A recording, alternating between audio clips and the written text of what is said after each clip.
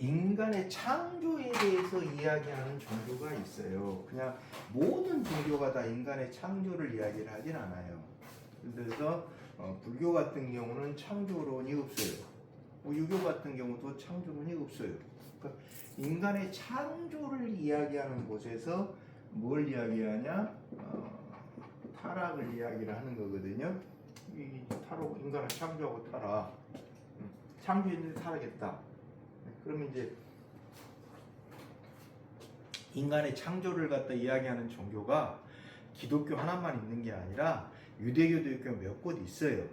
인간의 창조를 이야기하는 종교가 몇 개 있는데 그 중에서 기독교 더 이제 같이 이렇게 확산하면 기독교하고 유대교에서 이야기하는 창조론이거든요. 그러니까 기독교하고 유대교에서 이야기하는 창조론 타락은 조금 달라요. 기독교의 관점하고 유대교의 관점이 조금 다른데 창조에 대해서는 유대교와 기독교가 거의 이제 같은데 여기서 이제 요게 되는 게 전제되는 게 창조를 했는데 타락했다라는 거거든요.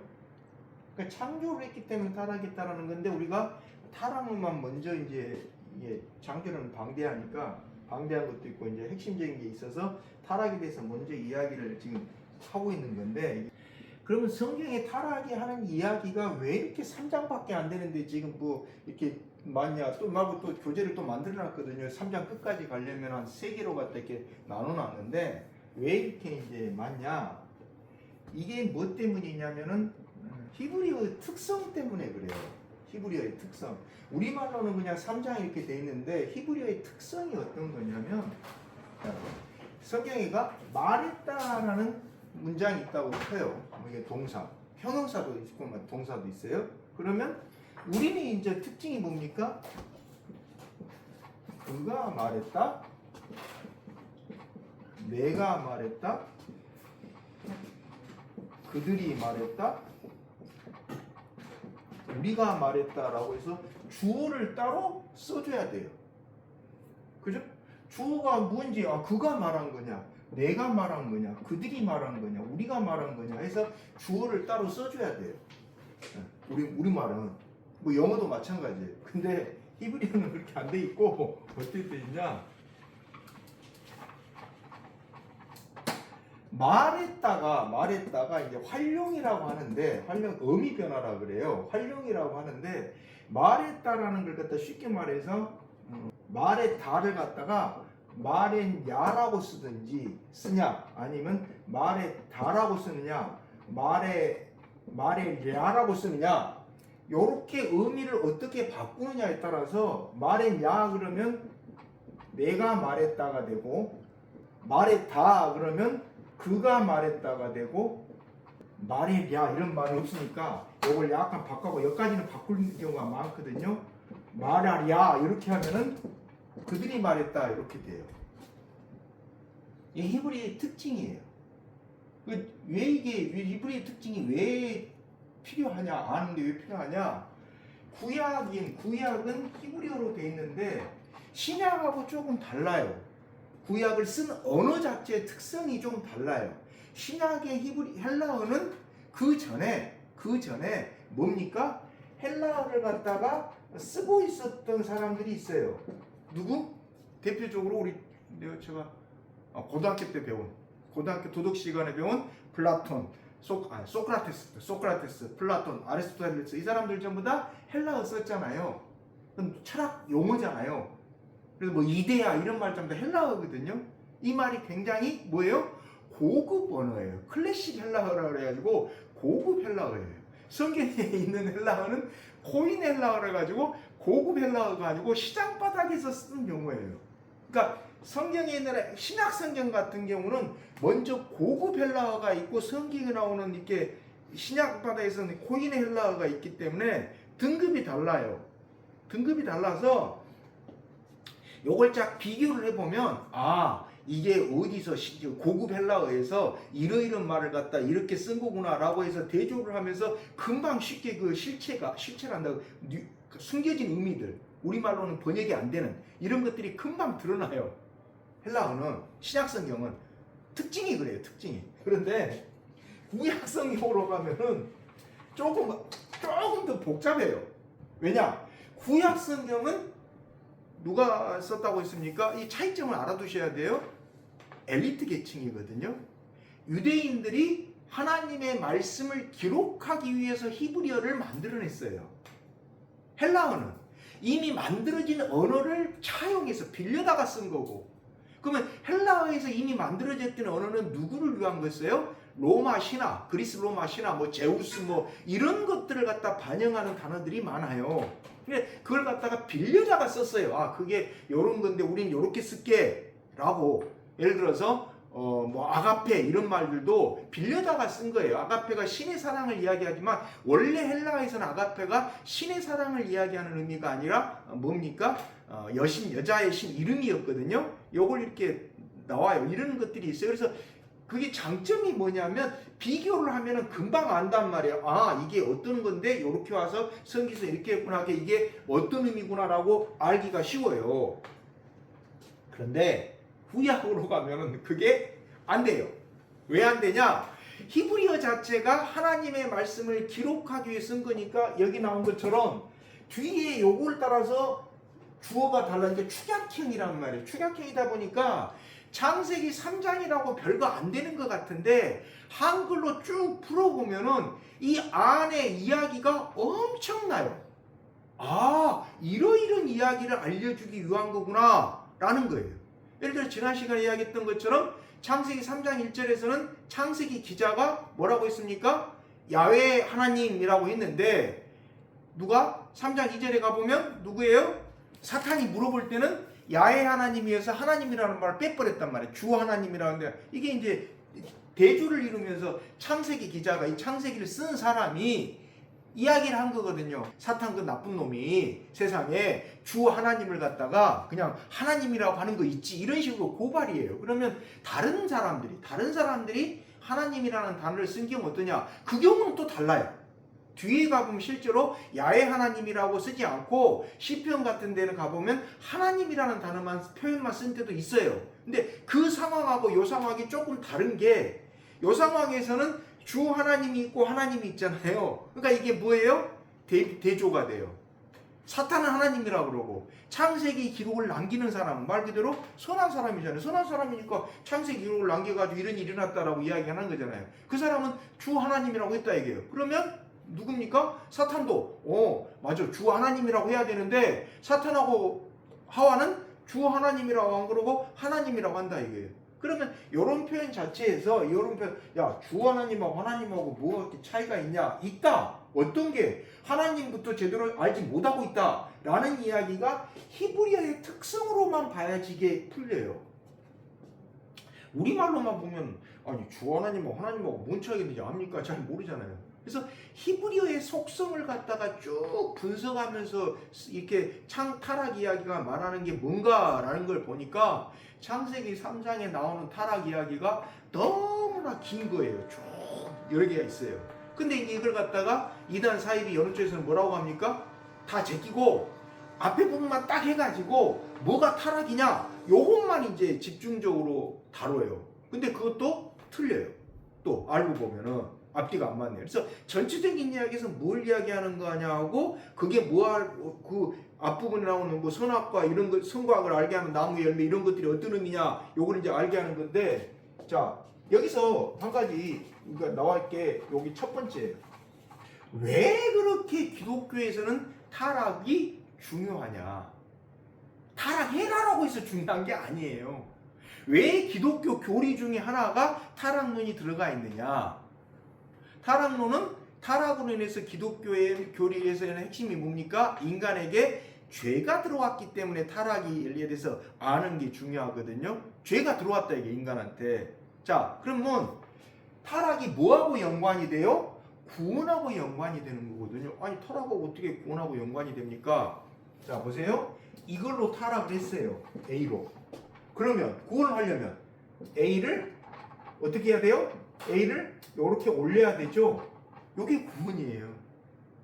그러니까 인간이 타락에 대해서 왜 기독교는 타락에 대해서 이렇게 장황하게 또는 자세하게 구체적으로 이야기하느냐? 타락으로 인해서 죄가 들어왔다라는 건데 이게 뭐하고 연관이 있냐? 죄가 없어져야지 구원을 이루는 거잖아요.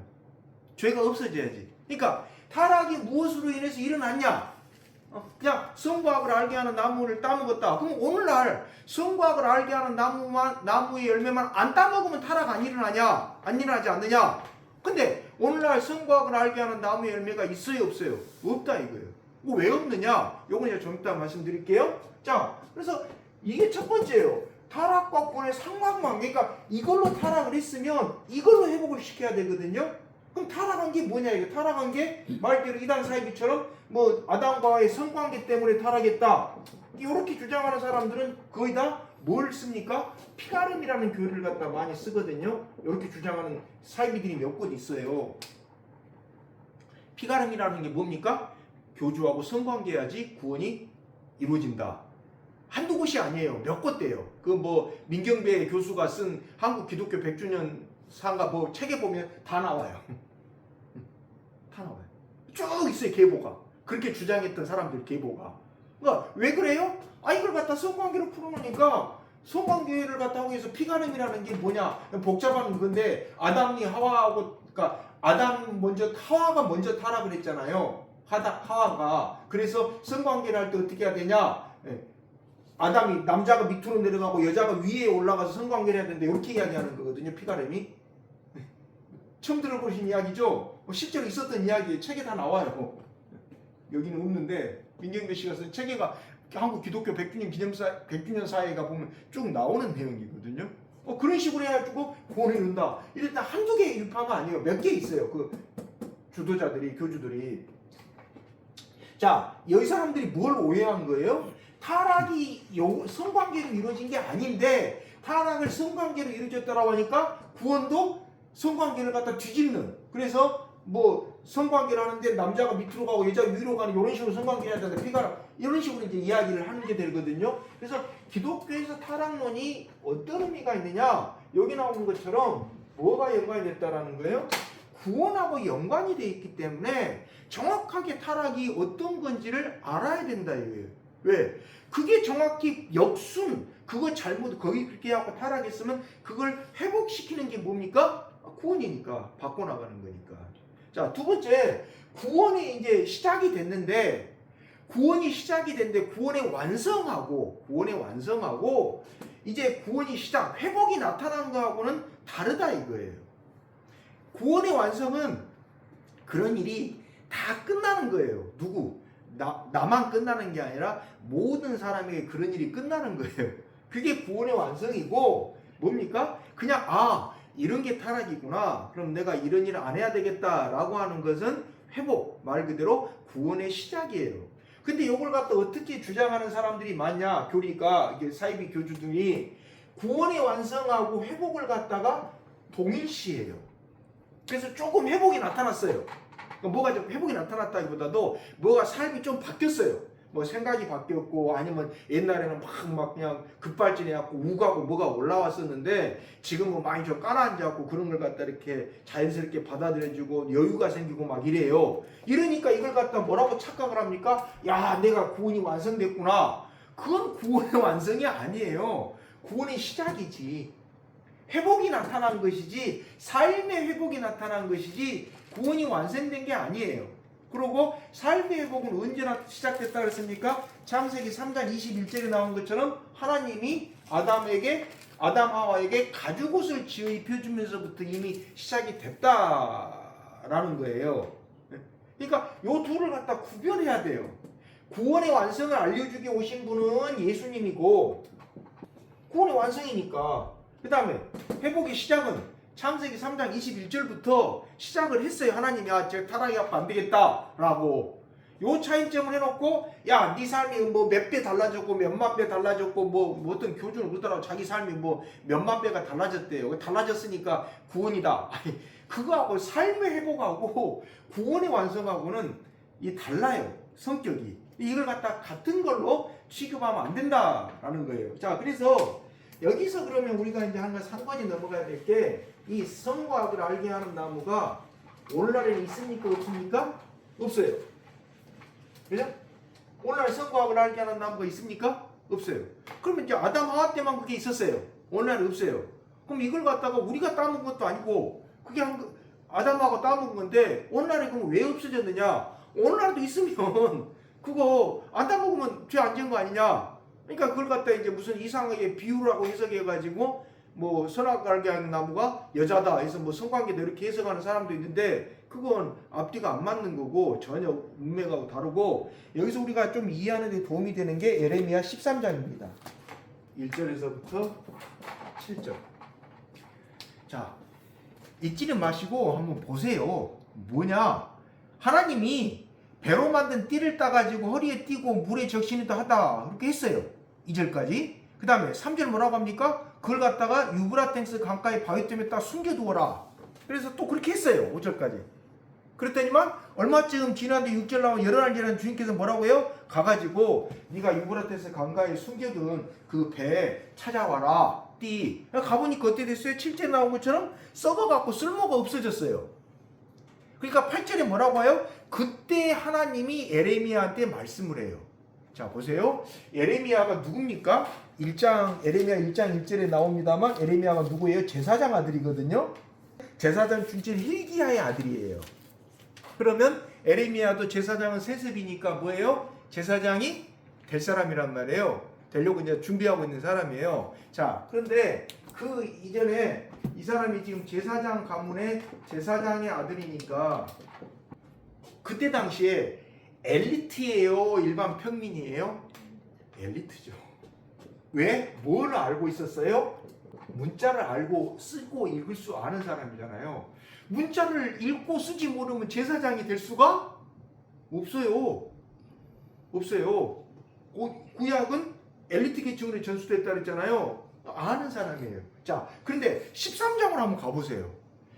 문자를 쓰고 읽을 줄 아는 그때 당시에 5%도 아니고 한 3% 미만에 속하는 엘리트 계층한테 하나님이 뭐라 그래요? 야, 배로 만든 띠 샀어요. 허리에 두르고 다녔어요. 갑자기 그거 갖다가 뭐예요? 유브라테스 강가에다 숨겨놔. 땅 파서 묻어놨어요. 열어날 때가 찾아봐. 당연히 썩죠. 그 온도가 몇 도입니까? 그런데 그렇게 하게 한 다음에 8절에 뭐라 그래요? 딱 그때 하나님이 말씀하시면서 9절부터 나와요. 뭡니까? 유다의 교만과 유다니까 유다의 교만과 에루살렘. 유다의 남유다 이쪽이 예루살렘 아닙니까? 예루살렘에 뭡니까? 큰 교만을 내가 이처럼 썩게 하겠다 이거예요. 가만히 한번 보세요. 두 가지를 한번 비교해 보세요. 자, 엘리트고 문자를 아는 사람한테 하나님께서 곧바로 9절부터 해당되는 9절부터가 이제 하나님의 메시지잖아요. 그러면 이 사람이 전혀 어린애, 뭘 잘 모르는 이런 사람이라면 1절부터 7절 나오는 이런 거 쭉 이렇게 시킨 다음에 그렇게 했지. 예, 그렇게 될 거야. 라고 하는 게 우리가 이해가 돼요. 그죠? 근데 어떤 사람이에요? 제사장의 아들이고 엘리트고 문자를 아는 사람이에요. 근데 그 사람한테 1절부터 7절을 시켜요. 누구한테 하는 것 같아? 딱 보면은 초등학생들한테 시키는 것 같죠? 그 다음에 봤지? 내가 그렇게 할 거야. 이게 지금 이해가 되세요? 이거 이해되면 안 돼요. 앞뒤가 안 맞아요. 정확히 보면. 보세요. 제사장 아들이고 어렸을 때부터 모세오경 달달달 외웠고 창세기부터 신명기까지 히브리어 쓸 줄 알고 읽을 줄 알고 상위 3% 안에 들은 계층이었단 말이에요. 제사장 아들이니까 지기도 어렸을 때부터 글을 배우고 외워야 된단 말이에요. 베르시트 봐라 하면서 창세기를 다 외워야 된단 말이에요. 모세오경까지 외워야 돼요. 제사장들 다 외우고 있어요. 이랬던 사람한테 배 뚫고 다녀. 땅에다 묻어. 꺼내. 썩었지. 그렇게 할 거야. 이걸 시키는 게 이게 이해가 돼요? 안 되죠. 안 되는 게 정상이에요. 근데 하나님이 그런 방법을 쓰셨어요. 이처럼 하겠다라고 각인시키기 위해서. 그럼 왜 그런 방법을 쓰셨을까? 뭐 잘 몰라요. 그냥 추정할 때는 그렇게 해봤기 때문에 각인되어 있지 않을까라고 생각을 하는 거예요. 자기 해본 대로 한 거니까. 그래서 이런 걸 갖다가 뭐라고 이야기합니까? 성경에서 이렇게 되는 이 행위를 갖다가 뭐라 그래요? 상징행위라 그러거든요. 상징행위라는 게 뭐예요? 실제로 그러한 일을 했는데 그러한 일을 했는데 그 일에 뭐가 있어요? 어떤 메시지가 담겨 있는 거예요. 실제로 그런 일이 있었다예요. 없는 게 아니라. 에레미야가 직접 가서 땅에다 묻었잖아요. 유브라데스 강가에다가. 그러니까 실제로 그런 일이 있었어요. 있었는데 자, 그 다음에 두 번째는 뭐예요? 요 일이 뭐가 있어요? 하나님이 주신 메시지가 그 안에 담겨 있어요. 하나님이 주신 메시지가. 에레미야가 여기에 나온 이것처럼 유프라데스 강가에 이렇게 심었다가 이렇게 찾아온 일을 갖다가 그 뒤에 또 했어요? 안 했어요? 안 했어요. 딱 한 번으로 끝나요. 그래서 성경에 나온 상징이기는 어때요? 대개 한 번으로 끝나요. 두 번이 아니에요. 한 번으로 실제로 그런 일이 있었는데 그게 그 안에 하나님이 주신 어떤 메시지가 담겨 있더라 이거예요. 그럼 이게 에레미야만 그러느냐? 이사야도 마찬가지예요. 이사야 20장을 한번 보실래요? 2절. 이사야가 어떻게 다녔어요? 20장 2절 끝에 볼게요. 이사야는 말씀대로 옷을 벗고 맨발로 다녔다. 자, 이사야가 누구예요? 왕족이에요. 요건 이미 밝혀져 있는 거예요. 왕족이에요. 평민 일반 그냥 백성이 아니에요. 왕족이 맨발로 그 다음에 옷을 벗고 이 옷을 벗고가 알몸인지 아니면 속옷만 입은 건지 알 수가 없어요. 근데 속옷만 입었다고 치더라도 왕족이 속옷만 입고 오늘날로 이야기하면 뭡니까? 뭐 국무총리나 되는 사람이 아니면 장관이 되는 사람이 어디를 이 저 광화문 대로를 갔다가 런닝하고 팬티만 입고 다니는 거하고 비슷해요. 이걸 시켰어요. 누가? 하나님이.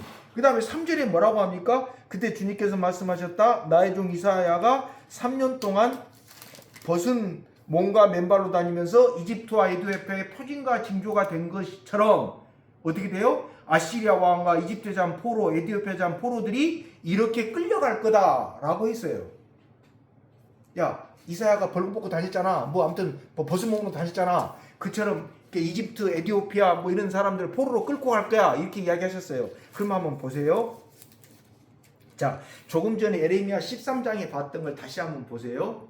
이게 지금 이해가 돼요? 안 돼요? 이해가 안 되는 게 정상이에요. 왜? 아니 보세요. 이사야가 왕족 출신이라니까요. 글자 알아요? 몰라요? 알죠. 왕족인데. 자, 이사야한테 야, 저 앞으로 에티오피아 뭐 이집트 저들 저렇게 끌려갈 거야. 이때 당시에는 끌려갈 때 어떻게 됩니까? 사막 지역이니까 온도가 40, 50도 올라가니까 어때요? 일부러 옷을 벗겨갖고 끌고 가요. 왜? 그러면 도망을 못 가요. 포로가 도망을 가려면 못 가는 이유가 옷을 발가벗겨놓으면 일사병으로 죽어요 가다가. 그래서 일부러 옷을 바깥 벗겨가지고 아수르 같은 경우는 귀에다가 이렇게 뚫어서 10명씩 묶어갖고 도망 못 가게 끌고 갔었거든요. 포로로. 자기 나라 포로로 내려가면 이제 포로는 뭡니까? 임금비 안 나가지 뭐 완전히 포로가 재산이에요. 쉽게 말해서 그때 제국 문화에서는. 자, 이 두 사건을 놓고서 가만히 한번 생각해 보세요. 이게 오늘날 현대에서 이야기했을 때 이해가 돼요? 이건 이해가 안 되는 게 정상이라니까요. 왜? 가만히 생각해 보세요. 왕족한테 야, 저 뭐냐 이 에티오피아하고 이집트 있잖아. 쟤들 끌려갈까? 이렇게 이야기해 주시면 돼요. 근데 지금 뭘 했어요? 1, 2년도 아니고 3년 동안 그렇게 다니래요, 이사야가. 그러니까 했어요, 이사야가. 그러면 에레미야 남유다 예루살렘 사람들이 왕족, 이사야 왕궁 왔다 갔다 했던 이사야를 보고서 뭐라고 생각했겠어요? 뭐라고 생각했겠어요? 미쳤다라고 생각하죠. 저게 하나님 뜻이라고. 아니 말씀해 주시면 아는 건데 그걸 굳이 막 3년 동안이나 뭐 완전히 그냥 속옷 차림으로 막 왔다 갔다 하면서 반바지 차림으로 왔다 갔다 한다. 지금 뭐 왕궁 입고 옷도 제대로 안 껴입고 이게 슬리퍼 신고 다닌다 이거예요. 청와대를 들어가는데 대통령 만나러 들어가는데 슬리퍼 신고 갔다. 이게 말이 돼요? 그거하고 똑같은 장면이란 말이에요. 쉽게 말해서 이게 외국에서 원수가 오는데 국가 원수가 오는데 마중 가는데 슬리퍼 신고 반바지 입고 가요? 이게 말이 돼요? 지금 그 장면이거든요. 그럼 몇 년을 했어요? 3년을 했잖아요. 그죠? 3년을 했잖아요. 자, 이게 이해가 되세요? 이건 이해 안 되는 게 정상이라니까. 이거 이해합니다. 아이고 모르겠어요. 그럼 저한테 배울 필요 없어요. 이거 이해가 되는데 뭘 배워요? 이건 이해가 안 되는 게 전생이라니까요. 그러면 왜 이런 방법을 하나님이 쓰셨냐? 이거 에레미야도 마찬가지고 이사야도 마찬가지고. 그럼 에레미야, 이사야만 있느냐? 아니요, 또 있어요. 호세아도 있고 에스겔도 있고 있어요. 그럼 왜 이런 방법을 썼냐 이거예요. 이걸 갖다 뭐라고 합니까? 아까 말 그대로 상징행위라 그런다니까요. 상징행위는 뭐예요? 실제로 그런 일이 있었는데 지금은 그런 일이 있을 필요가 있어요, 없어요? 없어요. 없고 지금은 뭐만 남겨요? 그걸 통해서 하나님이 주신 메시지만 남아있다니까. 이게 상징행위예요. 구약성경은 이게 굉장히 많아요. 신약성경은 또 달라요. 신약성경은 저는 상징행위가 몇 개 없어요. 예수님한테만 나타나고 몇 개 없어요. 근데 구약에서는 이런 상징행위가 꽤 많아요. 뭐 모세가 들어갈 때 바위를 쳤던 것부터 시작해서 뭐 여러 가지가 있어요. 그러니까 그 상징행위가 그냥 비유다, 아니 뭐 그냥 머릿속에, 아니 그게 아니고 실제로 그러한 일이 일어났어요. 있었어요. 근데 지금은 그러한 일이 있을 필요가 있어요, 없어요? 없어요. 왜? 그걸 통해서 뭐 하나님이 어떤 메시지를 주려고 했는데 그 메시지가 전달됐기 때문에 더 이상 그런 일이 일어날 필요가 있어요, 없어요? 없다니까요. 예를 들어서 볼게요. 호세아가 뭐 했어요? 호세아가 누구하고 결혼했어요? 고멜하고 결혼했잖아요. 고멜이 누구예요? 창기든지 아니면 이반 신전의 여자 사제였단 말이에요. 그러니까 우상을 숭배하고 있는 신전의 여사제예요. 그 여사제가 몸 파는 게 그 신전에서 하는 일이었거든요.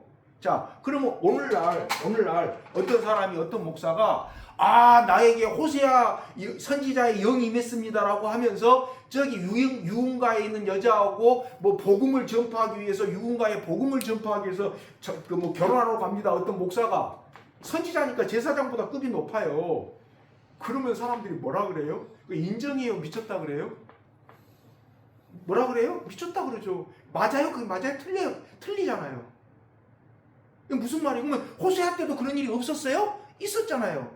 레위기에 의하면 제사장은 누구누구하고 결혼해야 된다라고 규정이 있어요. 그러면 선지자는 당연히 제사장보다 규정대로 따라야죠. 근데 규정을 파괴했잖아요. 레위기에 나와 있는 제사장은 누구누구 결혼해 나와 있어요. 그건. 근데 제사장은 선지자보다 아래거든요. 선지자들이 제사장을 심판했던 사람들이란 말이에요. 근데 호세아는 선지자가 이방, 그것도 누구? 신전에 있는 여사제, 우상 숭배하고 있는 여자, 그것도 누구 때문에? 하나님의 말씀으로. 그럼 어떻게 돼요? 나중에 느헤미야, 에스라 이런 데 보세요. 어디? 포로에서 온 다음에 어떻게 돼요? 이방 여자들하고 결혼한 사람들을 불러 빼가지고 이방 여자들 전부 다 돌려보내고 파혼시키고 난리를 했었잖아요. 훨씬 후대에 이스라엘 역사에서 느헤미야, 에스라에 보면 그런 일이 나오잖아요. 그럼 느헤미야, 에스라보다 호세아서가 더 오래된 책인데 호세아가 더 먼저 일어났고 느헤미야가 에스라가 호세아로부터 한 400년쯤 뒤에 일어난 일이에요. 호세아에 일어났던 일하고 느헤미야하고 에스라 때 일어났던 이 시간이 한 400년쯤 차이가 날 거예요. 한 300~400년쯤 차이가 나요. 근데 이게 일어난 일은 어때요? 반대예요, 완전히.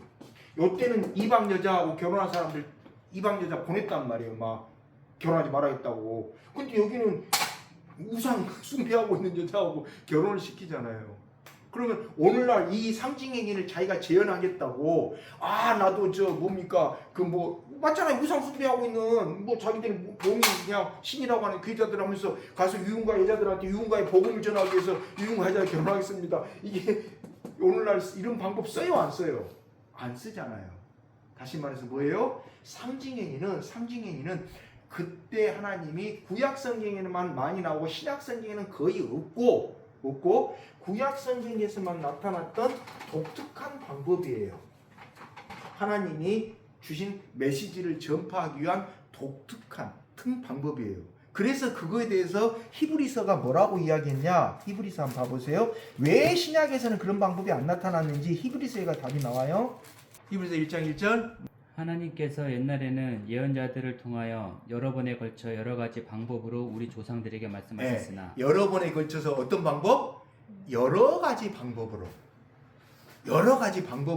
누구에게? 우리 조상들에게 말씀하셨으나 2절부터 이때는 예수님이 오셨기 때문에 더 이상 그런 방법 쓴다 안 쓴다?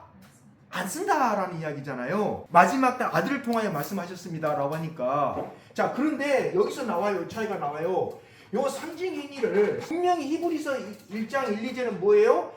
구약으로 끝났다. 상징 행위가 신약 시대에는 그 필요가 없다. 그런데 이 상징 행위를 구약 시대로 끝났다라고 성경이 돼 있는데 이것을 성약 시대라고 하는 새로운 시대에 다시 재현해야 된다라고 주장하는 사람들이 있어요. 누구예요? 사이비단이에요. 그래서 뭐가 나옵니까? 복직된 아담이 나오고 복직된 하와가 나오고 뭐 별별 게 다 나와요. 복직된 아담, 복직된 하와가 뭔 필요가 있어요? 이게 뭡니까? 분명히 히브리서 1장 1, 2절에 이건 상징행위가 어디로 끝났다고 나와 있어요? 구약으로 끝났다예요. 그때는 여러 가지 방법으로 선지자들 여러 개 말씀하셨는데 이 마지막 때는 예수님을 통해서 말씀하셨기 때문에 더 이상 그런 상징행위가 필요 없다 이거예요. 예수님 말씀하신 걸로 끝났다 이거예요. 근데 이걸 갖다 재현한다고 그런다니까요. 한두 파가 아니에요. 여러 명이에요. 이걸 재현하겠대. 그래서 뭐 많이 있어요. 죽은 사람도 있고 뭐 아담 하와가 뭐 벌거벗지 않았느냐. 그러니까 너도 나오고 벌거벗고 뭐 별별 다 있어요. 다 죽었어요. 죽은 사람도 있고 뭐 난리예요. 이게 안 맞다 이게. 자 그러면 지금 이 상징행위가 지금 왜 그렇게 길게 설명을 하십니까? 자 여러분한테 해줘볼게요. 성과 악을 알게 하는 나무의 열매를 따먹지 말라는 것은 상징행위일까요? 아니면 오늘날에도 그대로 재현되는 사건일까요? 상징행위. 그때 한 번으로 끝나요. 왜? 그걸 통해서 하나님께서 어떠한 메시지를 전해주려고 했어요. 그러니까 그 메시지는 지금도 그대로 남아있어요? 안 남아있어요? 남아있죠. 남아있어요. 그러니까 그 선악과가 다시 재현이 될 필요가 없어요.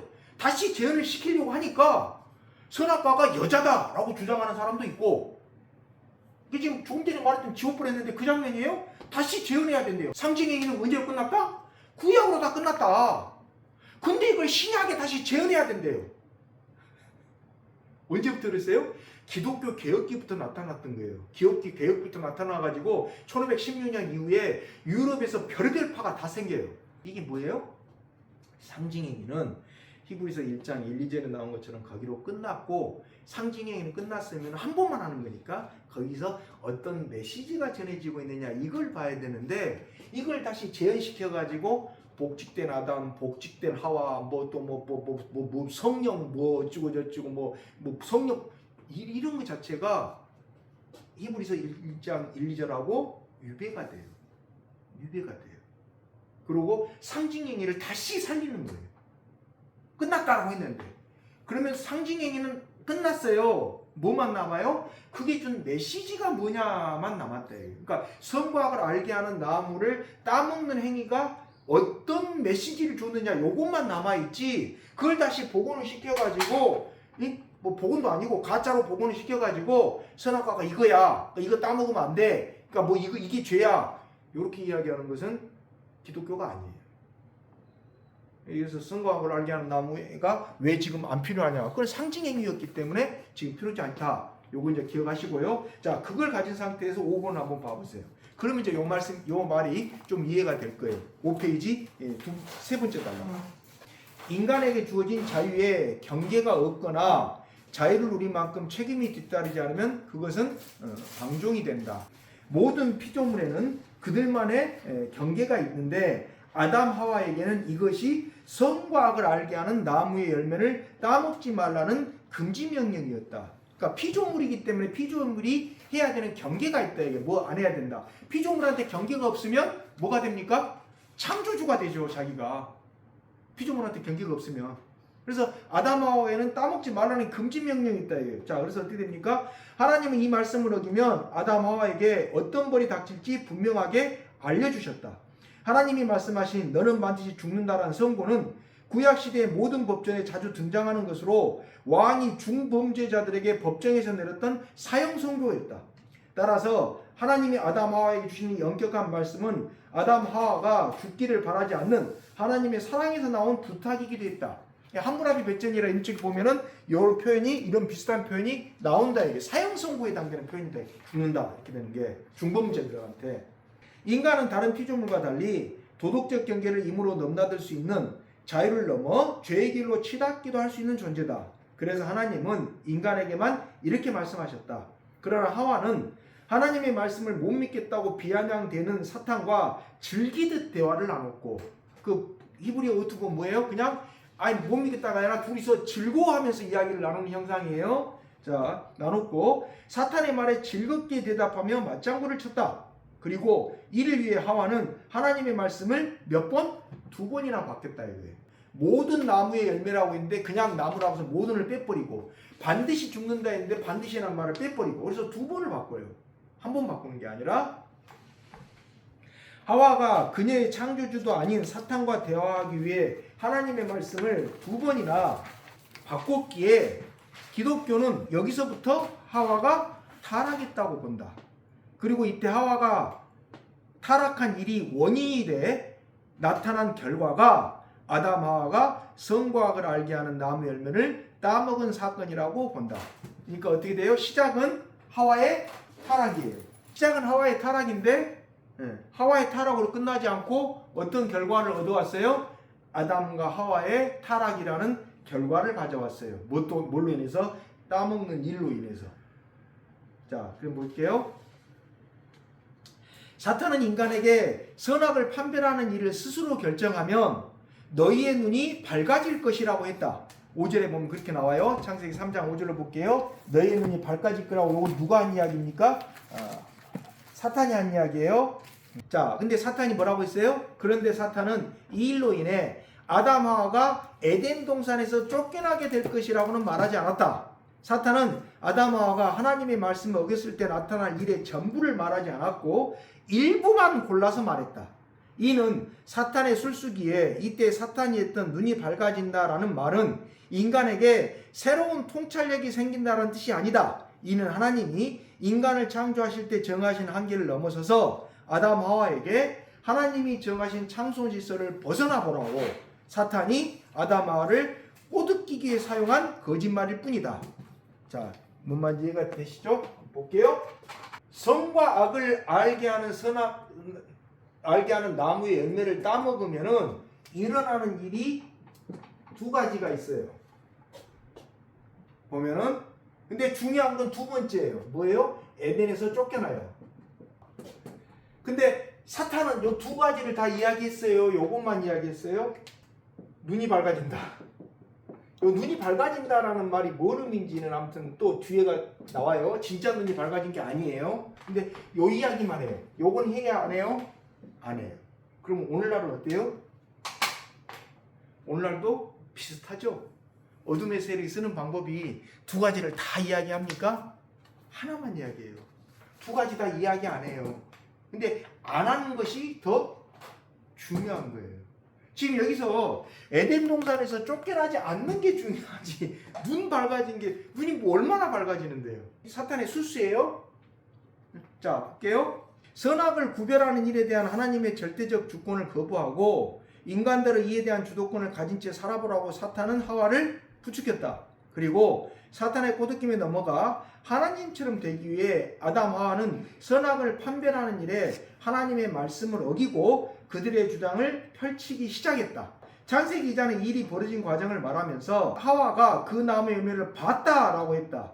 이는 하와가 눈으로만 그 나무를 본 것이 아니라 그 나무를 자세히 관찰해서 그 나무의 속성을 이해하고 수용했다는 뜻이다. 그렇기 때문에 하와가 선악 알고라는 나무가 하와에 대한 비유가 될 수가 없어요. 나라는 단어가 그런 뜻이 아니면 쳐다보다가 아니에요. 뭘 어디를, 자기 신체 어디를 쳐다봐요? 아니에요. 요 나온 것처럼 뭡니까? 자세히 관찰해서 그 나무의 속성을 이해하고 수용했다는 뜻이라니까요. 보다라는 말이. 그래서 제가 지난 시간 앞에서도 말씀드렸지 않습니까? 우리가 기독교 상담에서는 중요한 포인트가 뭐라 그랬어요? 성경이 하나님의 말씀이다 라는 것도 있는데 또 한 가지 성경이 번역한 책이다라는 게 굉장히 중요하다 그랬어요. 우리말로서는 그냥 3장 6절 나오고 저는 본인이라고 하니까 봤구나 그런 의미가 아니에요. 쳐다봤구나 이런 의미가 아니라니까요. 연구를 이거 뭐 어떻게 됐구나 이게 자세하게 분석하고 뭐 성분이 어떻게 되고 뭐 예를 들어서 이런 분이 이걸 다 파악했다라는 말이에요. 그냥 쳐다보고서 먹음직한 이런 뜻이 아니에요. 그걸 하고서 그럼에도 불구하고 해야 되겠다라고 그걸 저질렀다는 거예요. 요 라라는 단어 자체가. 그래서 이단 사이비 우리나라에서 나온 이단 사이비 교주들 치고 히브리어 헬라어 연구하는 사람 없어요. 지금까지 보면 없어요. 전부 다 한글로만 따져요. 한글로만. 그것도 개혁 한글 성경만 봐요. 개혁 개정 성경도 안 봐요. 옛날에 국한문으로 번역한 거. 아주 오래된 번역. 그 번역 중에 고쳐야 될 게 굉장히 많은 그 성경책. 요즘 거의 안 본단 말이에요. 그걸. 한문 번역이기 때문에 그게. 한문 번역의 특징이 뭡니까? 한문 번역의 특징이 뭐예요? 예를 들어서 하나만 설명해 볼게요. 회개예요. 그냥 우리 생각할 때 회개하면 용서해 주세요. 뭐 하나님께 뭐 기도하고 예수님께 용서해 주세요. 이런 걸 생각하잖아요. 근데 이게 한문이란 말이에요. 한문에서 회개는 뭐예요? 여기 뭡니까? 뉘우치는 거. 뉘우치는 거예요? 그 다음에 이건 뭐예요? 고치다예요. 두 단어예요. 두 단어. 그걸 하나로 붙인 거예요. 그러면 회개라는 뜻은 뭐예요? 뉘우쳐가지고 반성을 한다 이게. 반성을 해가지고 어떻게 돼요? 고치니까 그런 일을 하지 않는다예요. 그러니까 고쳐갖고 그런 일을 하지 않는 게 회개예요. 근데 우리는 한글로만 읽잖아요. 왜? 한문을 잘 모르니까 우리가 한문 세대가 아니잖아요. 근데 개혁 한글 성경, 개정 이전에 있었던 개혁 한글 성경은 한문 번역이에요. 거의. 그래서 없는 말들이 많아요. 뭐 잔치를 배설했다.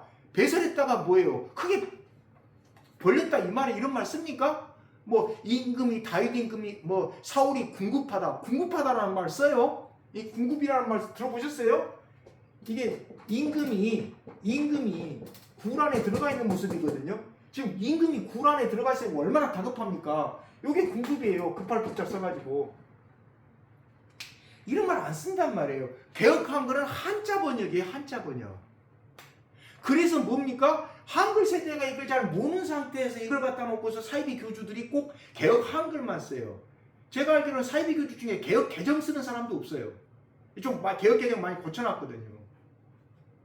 즉 그거예요. 이 보다라는 말 자체가 어떤 의미를 가지고 있느냐. 원래 가지고 있는 히브리어 성경에서 의미를 갖다 봐야지 이게 타락이 뭔지를 알 수가 있고 이게 어떤 상징이고 그 담긴 메시지가 뭔지를 알 수 있는데 그걸 건너뛰어놓고 이렇게 하니까 그런 거야 하고 또 가는 거예요. 자 보세요. 선과 악을 알게 하는 나무 열매를 따먹은 결과 아담하의 눈은 밝아졌다. 그렇지만 이거 외에도 아담 하와에게 하나님의 얼굴을 제대로 보지 못하는 뭐가 찾아왔어요? 수치와 불안, 두려움이 찾아왔다. 이게 포인트예요. 수치와 불안, 두려움. 하나님을 보지 못하는 수치와 불안, 두려움이 찾아왔어요. 그럼 좋은 거예요? 안 좋은 거예요? 안 좋은 거죠. 자, 아담 하와가 선악을 스스로 결정지면서부터 수치와 불안, 하나님을 향한 두려움이 그들에게 나타났다. 그러자 아담 하와는 팔레스타인에서 가장 큰 잎사귀를 생산하는 것으로 알려진 무화과 나무 잎으로 치마를 만들어 그들의 몸을 가렸다. 하체를 가렸다가 아니에요. 정확한 번역은 몸을 가렸다가 맞아요. 자, 그런데 아담 하와는 무화과 나무 잎으로 하나님 앞에서 그들이 무엇을 가릴 수 있다고 생각했을까? 무화과 나무 잎으로 뭘 가려요? 그래서 무화과 나무 잎하고 대조가 되는 게 뭡니까? 32절에 나오는 가죽옷이라니까요. 무화과 나무는 타락해가지고 무화과 나무로 간신히 가렸는데 하나님은 미래를 위해서 가죽옷을 지어 입혀줘요. 이게 딱 대조를 이루어요. 하나님의 은혜하고 아담 하와의 잘못하고. 자, 계속 읽어볼게요. 타락은 하와 혼자서 저지른 일이 아니다. 사탄은 하와에게만 말했지만 타락의 전 과정을 보면 사탄이 아담 하와 부부에게 말한 것이었다. 하와가 아담의 대변인 역할을 했었지만 아담도 하와와 함께 있으면서 하와와 같이 죄를 지었다. 하나님이 말씀하실 때는 아담 혼자 했어요. 아담에게 모든 나무의 열매를 좋은데 선악나무는 먹지 마라. 그런데 하나님은 2인칭 남성 단수로 말씀하셨다. 그러나 사탄은 하와와 대화하면서 뭘 했어요? 2인칭 복수인 누구라고 했어요? 너희. 그러니까 누구한테 이야기한 거예요? 사탄이? 예. 아담하고 하와에게. 순서로 보면 하와하고 아담에게. 그러니까 아담은 나는 별거예요. 아니다 이게 같이 있었다 이게.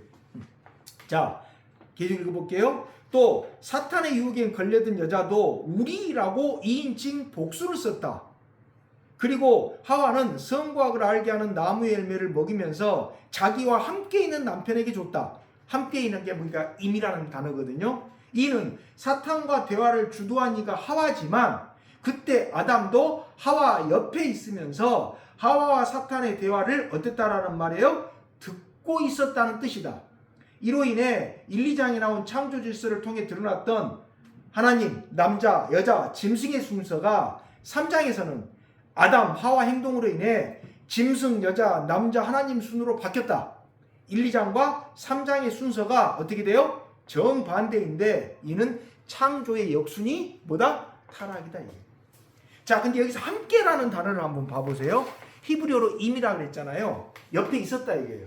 자, 근데 어떤 사람들이 아담과의 타락이 둘이 성관계 맺은 거라고 해석하는 사람이 있어요. 그래서 아담이 뱀하고, 그러니까 뱀으로 상징되는 루시퍼라고 하는 뭡니까? 사탄하고 성관계를 맺었다라고 주장하는 사람들이 있어요. 해석하는 사람들이. 자, 그 사람들의 해석에 뭐가 문제가 있어요? 이 함께라는 단어가 틀렸다라는 게 그 사람들의 증거가 돼요. 왜? 히브리어로 이미 함께라니까 뭡니까? 같이 있었다 현장에. 그러면 그 사람들 번역이 해석이 맞다면 어떻게 돼요?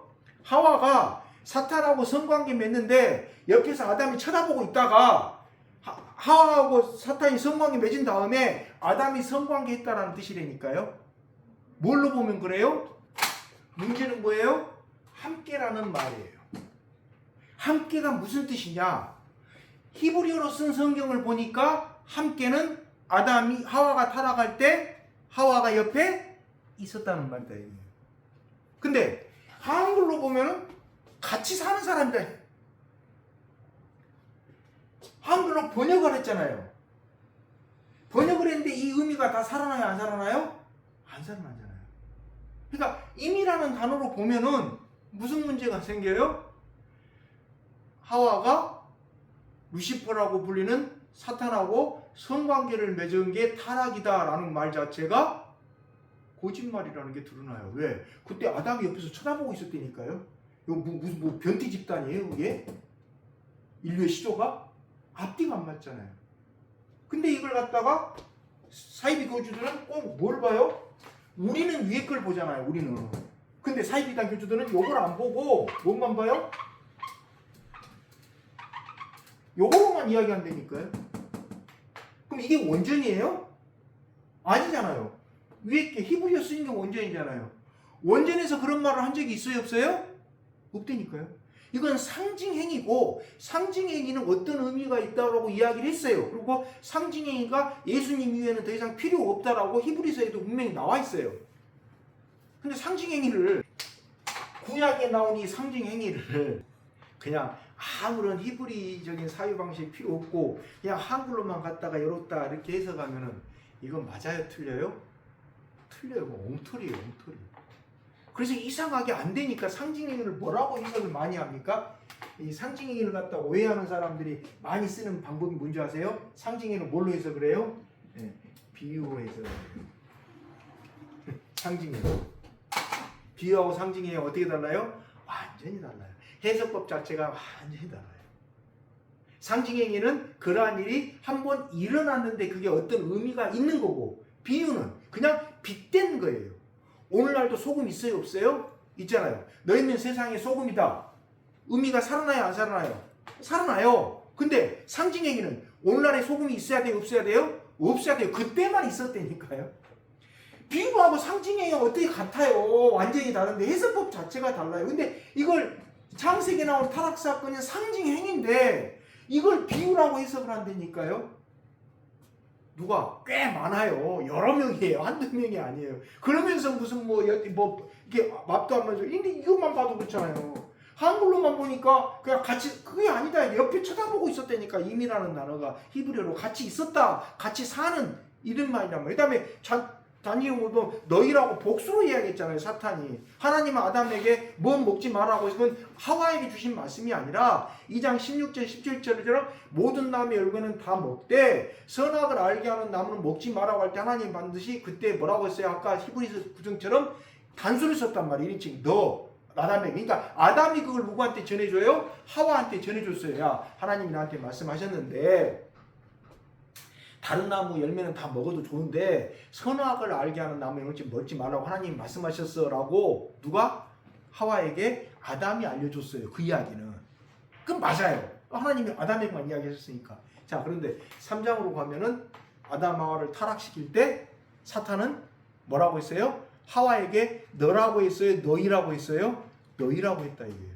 그 다음 뒤에서도 나오잖아요. 또 너희라고 우리라고 복수로 얘기잖아요. 사탄도 너희라고 복수로 이야기하고 하와도 우리라고 복수로 이야기하잖아요. 이건 뭐예요? 지금 그 이야기를 같이 듣고 있었다는 거예요. 근데 이게 말 그대로 우리말 번역에서는 잘 안 드러나잖아요. 드러납니까? 아니 어쩔 수가 없어요. 이게 번역의 한계예요. 모든 번역에는 이런 게 존재해요. 그래서 제가 창세기 3장을 원전을 읽으면서 원전에서 나온 의미가 뭔지를 모르면 자꾸 그냥 개혁 한글, 그것도 개혁 개정도 아니고 갖고는 따진다 이게 앞뒤가 안 맞는 이야기를. 자, 7페이지 마지막 단어 한번 보세요. 에덴은 선과 악을 알게 하는 나무가 있는 곳이다. 에덴에는 아담 하와의 주권을 막을 수 있는 어떤 피조물도 없었다. 맞아요. 그러나 하나님과 아담 하와를 구별시켜주는 나무가 있었다. 그렇게 오늘날에도 선과 악을 알게 하는 나무를 심은 곳에서만 인간은 비로소 하나님과의 차기를 인정하기 시작하고 이 나무를 심은 곳에서만 하나님을 주님으로 모시며 자신의 창조주로 하나님을 섬긴다. 또 이 나무를 마음에 심은 사람들만 예수를 그리스도 하나님의 아들이라고 고백한다. 그래서 이들에게는 성령님이 강림해 이들과 함께하며 내주한다. 자, 아담 하와는 선과 악을 알게 하는 나무를 보면서 에덴의 주인이 하나님이라는 것을 상기해야 했다. 그러나 사탄의 유혹에 빠진 아담 하와는 하나님과 인간 사이의 경계, 창조주와 피조물 사이에 있는 경계를 허물었다. 인간은 하나님과 더불어 안식하며 하나님에게 경배해야 하는 존재인데도 아담 하와는 이것을 거부했다. 그런데 아담 하와는 선악을 판별하는 일을 사탄과 의논하며 진행했고 하나님과 인간 사이에 있는 언약의 경계를 파괴해버렸다. 이 사건을 표현한 아래 도표에서 굵은 선은 소통이 완전히 단절일 것이고 점선은 소통이 가능한 것이다. 이때 이제 써놨잖아요. 여기서 나온 뒷부분에 나온 게 뭡니까? 오늘날에도 선과 악을 알게 하는 나무가 필요하다 안 필요하다? 필요하다 이게. 어디다 심어야 돼요? 내 마음에다. 무슨 말이에요? 선과 악을 아는 일을 판별하는 거. 이게 선한 것이고 이게 악한 것이고 이걸 판별하는 일은 인간이 마음대로 하면 안 된다 이게. 그게 선악나무가 있었던 선악나무라는 상징행위를 통해서 하나님이 우리들한테 주신 메시지예요. 그러니까 오늘날에는 그 나무가 있을 필요가 없어요. 왜? 그 나무가 어디에 있으면 돼요? 내 마음에 심겨져 있으면 돼요. 모든 사람의 마음에 뭘 심어야 돼요? 선과 악을 알게 하는 나무를 심어놔야 돼요. 근데 심은 사람이 더 많아요? 안 심은 사람이 더 많아요?